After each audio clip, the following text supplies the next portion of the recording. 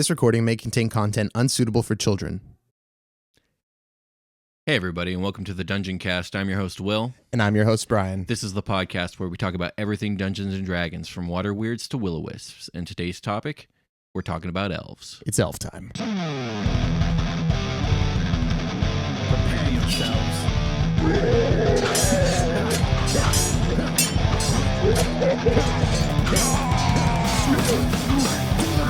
I cast Fireball.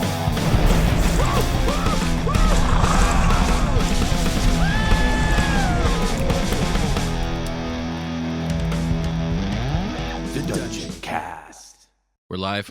We're live. We're live. Okay. We're live, and it's elf time. It's elf time. We are recording, and it is time to talk about some elves. We are going to talk about elves, yes. So elves for me are, well, they're one of my favorite races, but also, like, I have a lot of background in, like, fantasy. I've been reading it for a long time. I was raised on Lord of the Rings, so, like, elves have always been something very familiar to me, and I guess that's not the truth for everybody. So, Brian, why don't you tell me what your experience with elves before D&D has been? Yeah, like, if you really think about it, like elves are kind of like, they were kind of confusing for me. Like, there were lots of different styles of elves, I guess. Or like different kinds of things that you called an elf. There's like Santa's elves, which I asked my roommate last night before we recorded this, like, so what is an elf to you? And she's like, Christmas time, Santa Claus. I'm like, that's not, yeah. Oh man. Like, I guess so. Yeah. But you know, my favorite character from Lord of the Rings is Legolas, so that's what I think of. But right. He's also not your, like, kind of standard elf in comparison to what we're going to be talking about today. Yeah, he's not the standard in comparison to today, but he is kind of the basis for what is, like, the D&D elf. D&D's elves are heavily influenced by Tolkien's creation of elves in his world, but elves predate Tolkien. Tolkien kind of took stuff from Norse mythology and twisted it and bended it and kind of changed it around and turned them into what we know as elves today in, like, modern pop culture, outside of course, Santa Claus's elves and all that stuff. I went on Wikipedia, did a little research, and I saw elves used to be kind of seen as like demons. They were either viewed as like humanoid peoples, or some people viewed them as like invisible or microscopic, and basically they were like sexual deviants, or they like cursed people and their livestock and things like that and made them sick. A lot of like Germanic and Norse and Celtic peoples said that, like, it would be something like you feel a sharp pain, or they describe it as a shot. So a lot of people said they would carry around like bow and arrow that they would shoot you with, and that was how they inflicted their curse upon you. Which is bizarre, because when you think about elves today, like, that's so far removed from what they are now. Like, it's so just little monsters, foreign and strange. Yeah. I would say that Tolkien probably got most of his influence from an Old Norse script called the Prose Edda, where they talk about light elves and dark elves, and I believe light elves are described as beings of, like, beauty beyond imagination. And I think that's where Tolkien he took that and he ran with it. Yeah. And Tolkien's elves are, I would say there's probably three major characteristics about them that have kind of carried over and bled into D&D, and they're kind of mainstays for what an elf is. Number one, elves are very slender and beautiful humanoid beings. Like, in my experience and across most mediums where elves are described, like, even the most plain-looking elf is in rivalry of beauty of the most beautiful human. Another thing about elves is almost across the board, they live very long lives, whether that means they just live a couple centuries or they're immortal. It does vary, but, like, one thing is they have exceptionally long lives. So are Tolkien's elves immortal, or do they just live a long time? Tolkien's elves are immortal outside of being, actively killed. They do not age. Yeah, like, due to violence, they can die. Yes, exactly. Otherwise, they won't. They keep maturing, like, mentally, apparently. But which is always a fun thing to explore. The concept of living that long, like, what does that do to your culture, your mindset, how you view the world, and all that? Like, and that's something to explore as a player or as a DM. Yeah, in D&D lore, it's 25 is when they come to physical maturity. Is that No, correct? I was actually just looking at the player's handbook, and it's 100 years old. 100 years old. Well, is that because I think that's the mental maturity of an elf, right? Like, because they Yeah. come to physical maturity first, and then Oh yeah, physical. Yeah, absolutely. I think it is about 25 or so. Yeah, and then, they don't stay children, but they have their mental maturity is what I was thinking of, and at 100 years old, elves, or roughly around that age, an elf will announce themselves an adult and take an adult name. Right. Yeah, they change their name and then they set out. What do they do? Is there something significant? Like is there like a rite of passage for an elf? I mean, there could be, depending on your DM. So we're talking about D&D elves specifically. Yeah. And that, nothing's described about that really in the player's handbook. So that's kind of up to your DM's discretion, which a lot of this game is. I would say, again, the basics are, the basic three things are, they're beautiful, they live a long time, and another thing that we didn't touch on is they're exceptionally graceful beings. Like, their movements are not like human movements. Elves are not clumsy. And that translates directly as a stat to high dexterity. It does. All elves have +2 to dexterity in this game, which is good. I love dex. Yeah, dexterity is an awesome ability score to have high points into. In D&D, there are sub-races of elves. So all elves, no matter what kind they are, get certain things. They get dark vision. They can all see really well in the dark. They get a proficiency in perception. They all have very keen eyes. Again, kind of goes back to the dark vision. They all get the dexterity bonus. Do they get? I read something. They get proficiency in perception. Also, yeah, that's what I just said. Oh, yeah, I'm sorry.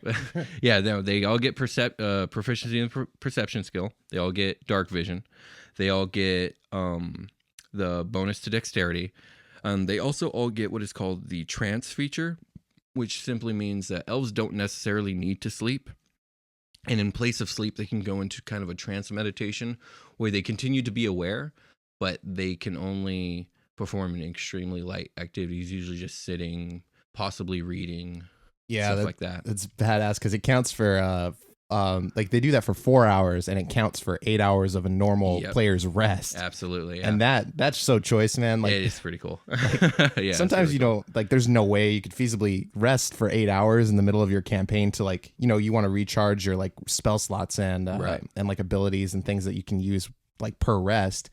These guys do it in half the time. Like, I could see you resting for 4 hours and having that be feasible sometimes. Well, not only do they do it in half the time, but they maintain awareness the entire time, the entire 4 hours, where as like a human or a dwarf, they fall asleep. You're unaware of what's going on around you. Yeah, they can get ambushed and killed in their sleep without waking up. Exactly. And that kind of, again, feeds into the persona that elves are incredibly perceptive. They keen eyes, keen ears, and the like.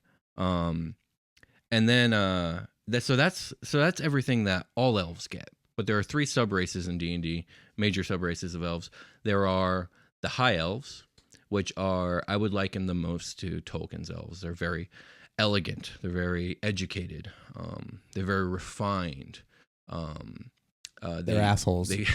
They're very arrogant. Yes, it's true. They look down on the other races a lot of the time. They're very well versed in art and magic and swordplay and the like. And they're a very classical sense of elf.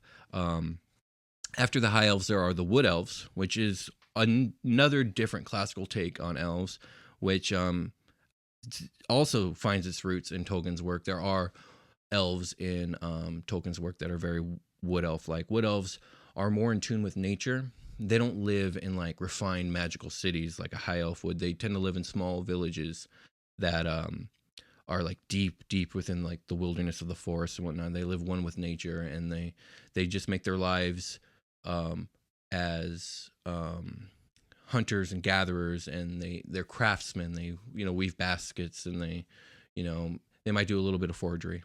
So not wood elf like carving, like, or just.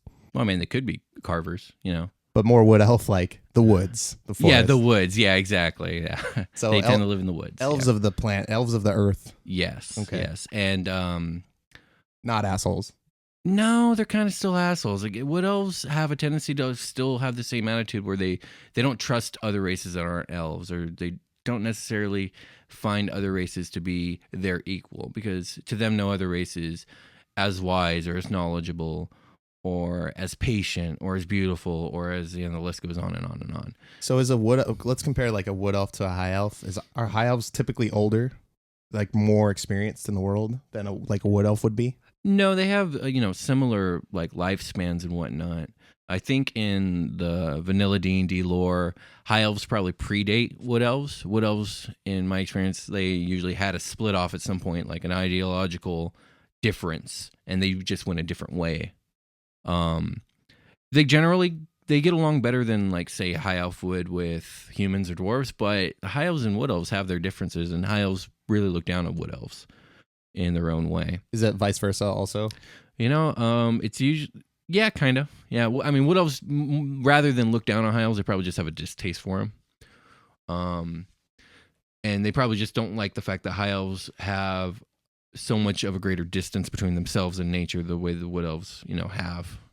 So are there more, like, how many wood elves are there compared to high elves? Like, generally, it just depends on the campaign, all right? depends on the campaign. It could be any way you want it. So what's up with your world? So in my world, in the world that you guys, like, actually live in the mortal realm, there would be way more wood elves than there would be high elves. But that's because most of the high elves in my campaign setting make their home in the Feywild. And they do some crossing over between the realms. But hashtag Fey bullshit. Yeah, hashtag Fey bullshit.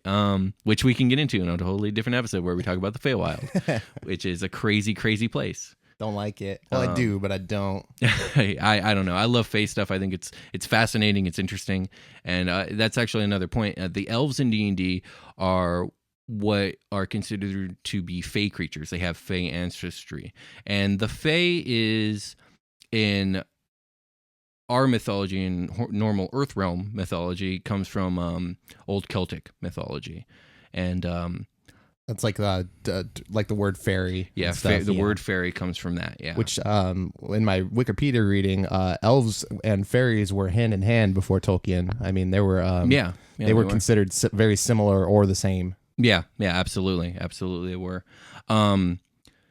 So back to my campaign. So yeah, in my world, wood elves would probably outnumber high elves by a fair margin, but that's just in the mortal realm. I would say, like, if you compared their entire populations, there might be more high elves, because the high elves in my world live in great cities, like fully populated metropolises. Full of elves, right? Full of elves, yeah. They don't want to deal with that other scum. Elves. There might be some gnomes that mingle. There might be some wood elves that even mingle, but it's going to be like 90%. Only the ones that elves. Gain the respect. You can live in our town, gnome. Get in here. Yeah, pretty much. You done good. Before moving on to the next subrace of elves, actually, something I forgot to mention is one of the differences between high elves and wood elves. High elves get a +1 to their intelligence score, and that's supposed to reflect the fact that high elves are educated people. They pride themselves on their knowledge of history, their knowledge of magic, their knowledge of swordplay, their knowledge of pretty much anything they consider to be a respected art form. Yeah, high elves have like a general knowledge of magic, like right off the bat. Yeah, they do. As a matter of fact, they gain, I believe, a free cantrip regardless of whether you're a casting class or not. Yeah, I believe that's right. Yeah, and they also gain elf weapon training as well, because again, that's just something you're expected to know when you're a high elf. You're expected to be a jack of all trades, if you will. So, an elf weapons, are they different from your fighter's weapons? I mean, mechanically, no. Stylistically, yes. They're going to be like elven forged. They'll probably really like thin, slender blades. Pretty. Very pretty. Shiny, made with jewels. Very ornamental. Because when you live forever, you have time to find all this cool shit. Yeah, it's true. You learn to forge shit real good. Yeah. Actually, I would say elven smiths are kind of a stereotype. Dwarves and elves are usually really competitive, like who's better. Rivals to that. Yeah. What's the name of the dwarf in that him and Legolas have the banter? Gimli. Gimli and Legolas, yeah. That fool's nuts. Gimli's awesome.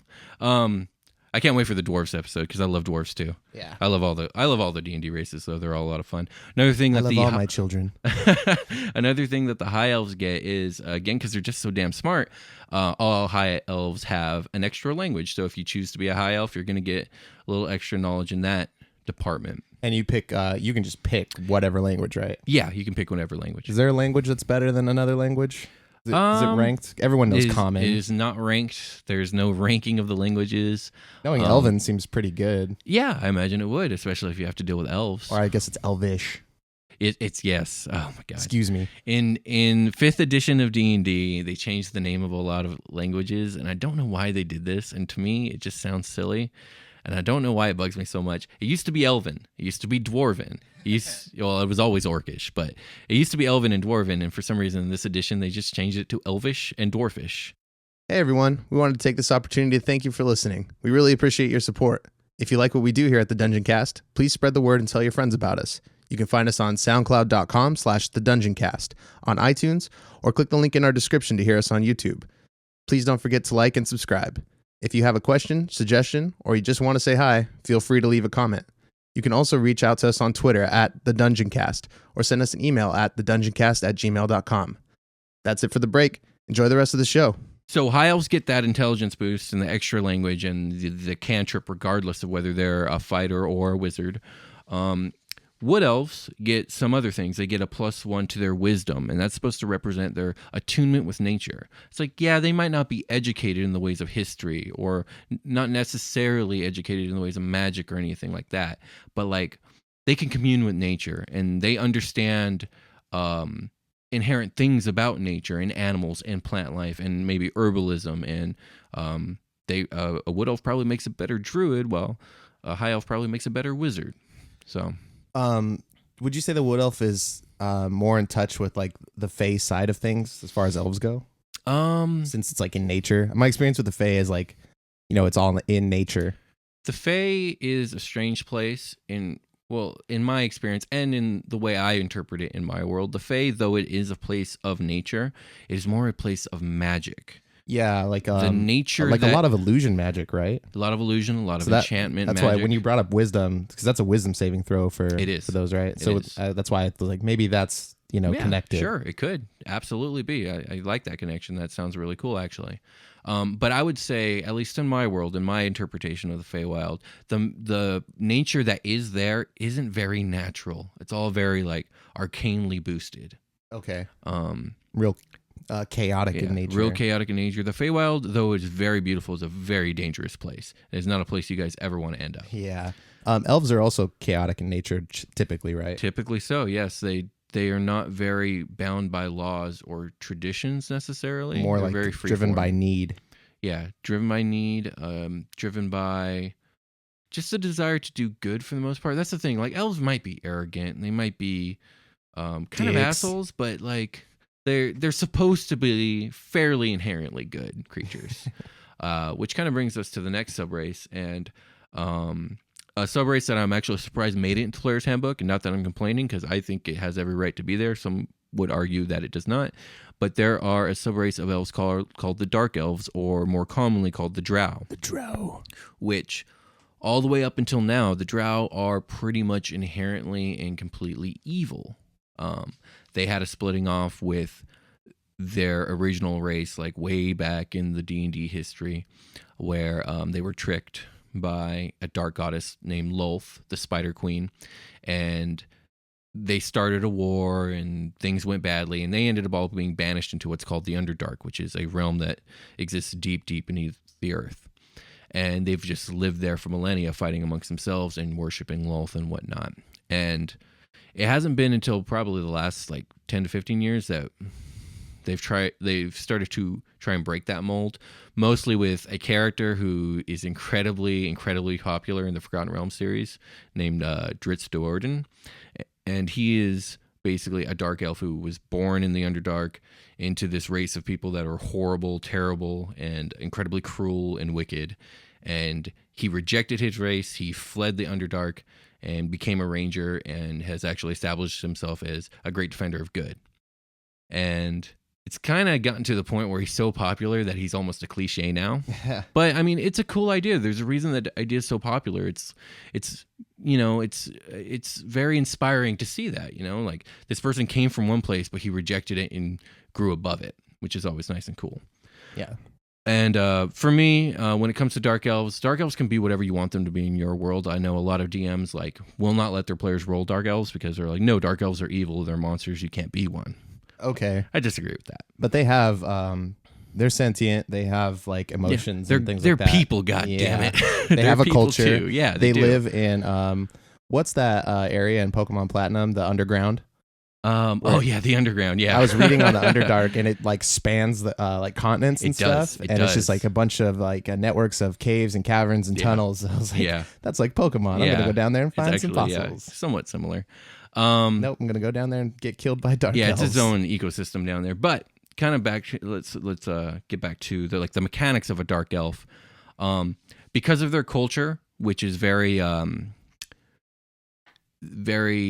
deceptive, very wicked, underhanded. They intimidate each other. It's like a Game of Thrones constantly down there. They're always vying for power. But it's the matriarchy, right? It is a matriarchy, which we'll get into a bit. But because of their culture, all dark elves get a +1 to charisma, which is again your ability to push your will into others, whether that's through deception or persuasion. Or intimidation. Yeah, absolutely. Yeah, they're probably not going to be charismatic in a charming sense, right? I mean, they can be, but maybe not necessarily. Maybe a more alluring, Yeah. I see. Okay. You definitely. And again, that's all up for interpretation. They their dark vision is highly, highly enhanced because of the fact that they live in the dark. The Underdark has very little to no light sources whatsoever. So their dark vision is extremely enhanced. They get double the dark vision, superior dark vision compared to the rest of the elves. Do they have a aversion to sunlight? They do. In this, there's a mechanical aversion to sunlight, which for me really gimps the race pretty badly. Because in 4th edition, at least, they didn't have anything like that. But because of sunlight sensitivity that dark elves have, whenever they're in bright light of any kind, they basically take disadvantage on everything, like all wisdom, saving throws, perception, skills, and the like, and also attack rolls. Operate at night, which is really brutal. Like if you're like, well, I want to play a dark elf who, like Dritz, rejected my culture and yada yada yada, and but I come up here and I suck at everything I do because normal people operate during the day, and that's kind of not fun. So that's why I say dark elves should kind of be whatever you want them to be. In my world, there are the evil dark elves that still live underground, but in my world there was a great civil war and a great exodus of dark elves that left the Underdark and rejected their culture and whatnot and tried to come up and live amongst mortals. And though it's been a rocky road for them for the last 1,000 years or so, some have managed to make a home and live good lives.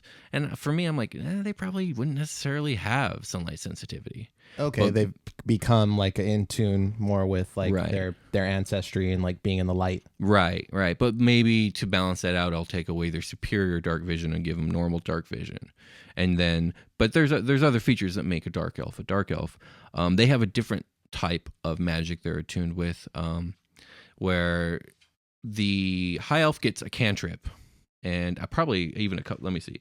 They get one extra cantrip. Dark elves gain certain spells at certain levels. So they gain a spell called Dancing Lights. It's a cantrip at level 1. At level 3, they're capable of casting the spell Fairy Fire.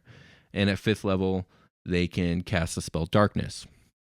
And the difference between the magic between the high elf and dark elf also is the casting ability, where high elves, their cantrip, it has to be based off their intelligence. The drows, all the drow spells that the drow can cast are based off their charisma. Okay. So that's just a fun little fact there. And then the drow get drow weapon training, which is they're automatically trained to crossbows and daggers and short swords and the like. It's a little bit different from normal elven training.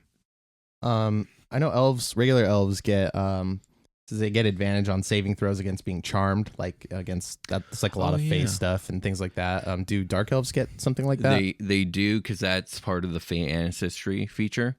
All elves get that. Even half elves get that. Sweet. That's pretty good. Yeah, it is solid. It will come up a lot. Well, if you're an elf. What kind of stuff charms you? Well, usually Charmed is a condition. Charmed of the is game, a like condition. mechanically imposed upon you. It is. A lot of times it'll be obviously spellcasters that know charm spells, but fey creatures. We're talking like wood nymphs. We're talking hags. We're talking what else? Those are the more like sentient fey stuff, right? Yeah, definitely. 'Cause there's lots of stuff in the fey, there's at a least in lot. my experience, that will just fuck you up and not give a shit and not talk to you. Dryads will probably try and charm you. I believe like unicorns and the like can probably charm you. Also, things that aren't remotely fey, like succubi, they can charm the hell out of you. So a lot of things can charm you in this game. Yeah, I read something that dark elves are more kind of like a succubus in nature.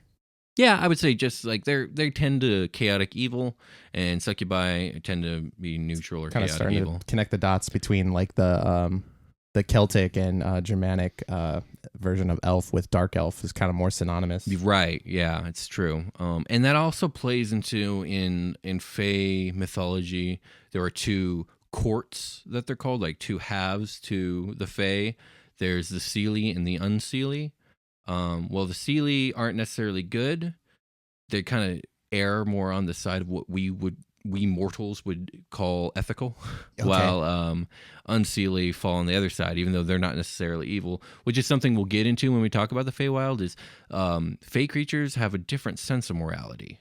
Like it's Okay. not like you would normally think. Yeah, They're very they have a alien. very different nature than your typical human. I guess. Exactly. Or And like what we outside of the game would think is ethical or unethical. Yeah. It's more like a yin and yang split, which is kind of interesting. Yeah.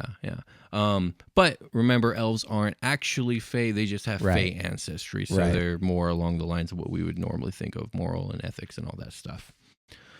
So that's all the mechanical stuff here when you're choosing your race for your character in Dungeons and Dragons. Yeah, you're getting dex, you're getting dexterity, you're getting dark vision, perception is good. Can't your advantage against charms.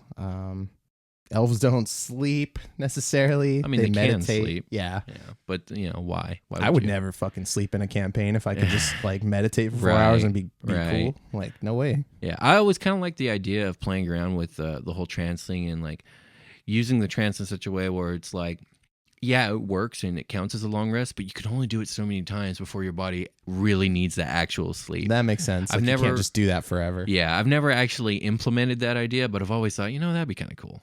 Eventually, their body would need like some kind of Like regen. real sleep, Yeah. because you need to dream. That's something scientifically, like at least as human beings, we have to sleep and we have to dream. If we don't, we lose our minds. So, and eventually, you could die from not sleeping. So these elves living forever. We should talk about or that a possibly little bit. not. In normal D&D lore, elves don't live forever. In vanilla normal D&D, they live about 700, 800, maybe 900 years, and that's that. An old elf is 900 years Yeah. old. And or elves- 1,000 years old. Yeah, exactly. An ancient elf would be about that old. And the thing about elves is they don't show their age; they just die. They just they stay young looking to the day they die. They just like one day they tell you, yeah, it could be this week, man. I don't know. Yeah, yeah, I guess. Not feeling great. that'd be Looking good crazy. though. Yeah. I'm looking great. You look fantastic. Always. For 1,000 years, I've looked so good. 1,000 years of sexy. but in my world, I would like to think that although they are not immortal in my campaign, they live a lot longer than 750 years. I would say an old elf in the world that you guys are campaigning in right now, an old ancient elf would be near 2,000 years old, and that's kind of getting towards the end of their lifespan. Can you compare that to a dwarf for me? Like, how long would a dwarf live in your world? In my world, dwarves live to be about 300. That's a long ass time. It is, And- but still very short to an elf. Yeah. So, because in your world, do they dwarves and elves have that like competition amongst A them? little bit, but it's not as exacerbated or like cliche as it is in normal like fantasy. Or Got it's it. like, dwarves, they're stupid, or elves, they suck. Yeah. I don't know. Okay. But yeah. So in my world, they live a very long time, and that does a lot to you when you live that long. Like you guys just experienced some interaction with some elves not that long ago, where they demanded a certain amount of wealth from you for Oh my God. a service that you guys really, really needed. And and you guys were really upset by how much they asked for, which was, although they're used to that kind of behavior from, humans and dwarves, they don't understand it. Because for them, like, the material is merely a ways of getting other things they need. They're not so attached to it because they live so long. The material seems so fleeting to them.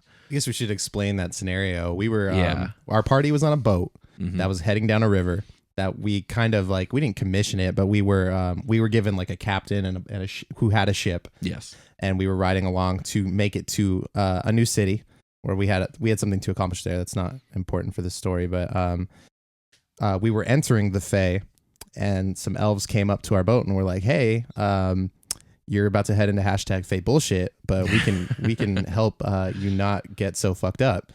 That'll be 10% of everything you got on you." And my character likes to ride on the top of the mast on ships because he likes the feel of the breeze and stuff, and he likes to be on lookout and things like that. So he just kind of hid for a little bit because he's kind of greedy. He heard that go down. He's like, "Oh, fuck that. No way." Yeah. And the rest of the party was subject to it. And they were like, "Oh, fuck this. You suck." Yeah. Yelling ensued almost immediately. Everyone was really upset. And the elves even went so far as to say like actually 10% was a lot higher than they normally ask, but they had been subject to orc raids over and over and over again over the season. They really needed it. And that did not matter to you guys. You guys did not give a shit about their fucking problems. Everyone was so pissed. Yeah. But because like the elves have their long lives, that they don't view materials the same. So to them, that's foreign, which is kind of interesting to role play that or to jump into that. It's like, how do you do that? Yeah, it was really natural for all our characters are very attached to their material possessions because they frequently save our lives. Yeah, okay, that's valid. That's very true.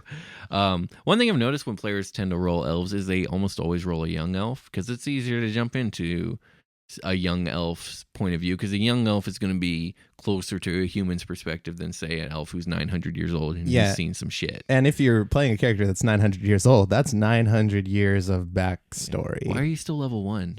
Yeah. Damn, man, you didn't lift anything for 900 years. Like, you were a really shitty elf for a long time. He's the basket weaver. He's so good at it. That's true. He's so good at making baskets. I've seen some really cool versions of elves kind of talking about like elves going that long not doing anything. There were some books I used to read back when I was a kid, and in this world, elves were immortal, and they lived such long lives that they literally would spend whole centuries learning the art of basket weaving, like learning the art of chilling. Masters. Yeah, learning the art of chilling. But then after a couple centuries being like, I'm going to go do something else now. And like, then they would go off and maybe become like a sailor for another couple hundred years. And they would just kind of like slowly explore all life had to offer. And it really led to an interesting culture and whatnot. It was really cool to read. Yeah, you get to take your time and eventually you weave a basket out of wicker so tightly that you can carry water to your town. Yeah, there you go. Why not? One of the things that I was reading in the Player's Handbook the other day was, and I really like this, and so I'm actually going to read it directly out of the handbook because I thought it was a cool little flavor thing, is that although elves can be haughty and they are generally gracious, even to those who fall short of their high expectations, which is mostly everybody who isn't an elf. Still, they can find good in just about anyone. And here are some excerpts of like things that an elf would say about dwarves. Dwarves are dull, clumsy oafs, but what they lack in humor, sophistication, and manners, they make up for in valor. And I must admit, their best smiths produce art that approaches elven quality. So it's like even when they're complimenting, it's kind of like backhanded compliments. Yeah, you're not as good as me, but yeah, but you're pretty good. That's passable you're shit. Okay. Your best is okay. Yeah. So I just thought that was kind of a funny excerpt from the Player's Handbook. That catches it pretty well in a nutshell. I thought so. Let's get back to the 10% thing. So their ideal, like they're. I guess the point of that is so that anyone who requires the service of like, they're trying to help us fight off Fae bullshit. Yeah, they were trying to guide you guys through a forest that was so heavily influenced by the Fae that you could accidentally fall into the Feywild at any given point if you didn't know what you were doing. Right. Which none of you did. Yeah. So the 10%, I mean, it was worth it in the end for us, but the richer the man, the more upset he might be at this. Right. But anyone who comes and asks for the service can get it because it's literally 10% of everything you have on you. So poor people will get passage. Yeah, and that was kind of the idea because elves didn't want to bar passage from everybody. They just wanted to they wanted to even the playing field, if you will. Yeah, we're going to help you get through here. We need shit for our town. And like, we have to take something. It's only fair to ask something of everybody. Yeah. And I even went so far as to literally expose you guys to some of the stuff that they were dealing with. You guys ended up having to like deal with orc raids and like help a village that was literally being attacked, and you guys still lacked any empathy for these guys because they took your shit. It was pretty fun. Yeah, it was funny. Rohan was okay because he actually. Well, you were okay because you got away with not losing anything. Well, no. I did come down and I did. Did you? I did put some stuff out. Oh but yeah. I was carrying very, very valuable materials on me. Right. And I hid them. You did successfully. The boat almost sank and I almost lost them a couple times. And I really got to find some kind of safety deposit box for my precious materials. Yeah, you got some really precious stuff on you that you're just carrying. Yeah, and I don't really trust anybody else with it. So I was like, but it's almost, sometimes I set down my pack and things are going on and I don't want to lose them. Yeah, definitely. But I definitely snuck one by those nasty elves taking my stuff. This episode is brought to you by Monster Energy Drink. Hell yeah, it is. Like 5 of them. 5 Monster Energy. We have talked about many things about elves. Let's talk more about running an elf, rolling an elf, being an elf, role-playing as an elf. Yeah. Okay. Definitely. Yeah. And there's a lot of things to consider when you're rolling an elf. You know, we talked about they live long lives and they tend to be elegant and they tend to be in the know, or they'll have attunement to nature or whatnot. So it's pretty easy to get your elf out of the house, so to speak. Yeah. Elves are a curious lot, actually. They talk about that a little bit in the Player's Handbook. So, like, eventually elves will get curious and want to explore the world. So it is easy to get your elf out of the house. They're not going to stay home forever. There's too much time in their lives to want to do that. Yeah, but when role playing your elf, you got to take things into consideration. You live a very long life, so you might not be so hasty to do anything at any given time, because you feel like you have all the time in the world, and you kind of do. Whereas humans, humans live to be about 80, if they're lucky sometimes, and humans are hasty and we are rash, and because of our limited time, we are more ambitious in a way. While elves usually, take their time and they don't see what the rush is a lot of the time. So that might be something you want to role play. Or you could kind of break out of the mold and be an elf who's not like other elves, and you are a little rash and a little hasty, and you haven't really, you're still young and you haven't really lived enough life to gain that wisdom yet. And that's kind of cool and fun. That's a couple of the elves that I've ran are along that line where they're young and they just want to get out there and live their lives. So young for an elf, 100 or yeah, usually my elves are usually 97 to 120. I'm an adult. I'm gonna leave now. Okay, bye. Yeah, pretty much. But they're really just a young whippersnapper, and they look like 18, even though they're 120. Yeah, and they're sexy. Yeah, of course. They gotta be beautiful. That's actually something I've seen changing in modern pop culture when it comes to elves, which is strange to me because I grew up on classic elves. So elves are always beautiful. They're always elegant. They're almost indescribable because no one alive looks like that. But nobody really looks like Orlando Bloom. No. That's why they cast him. Yeah, but Orlando Bloom's he's a beautiful man.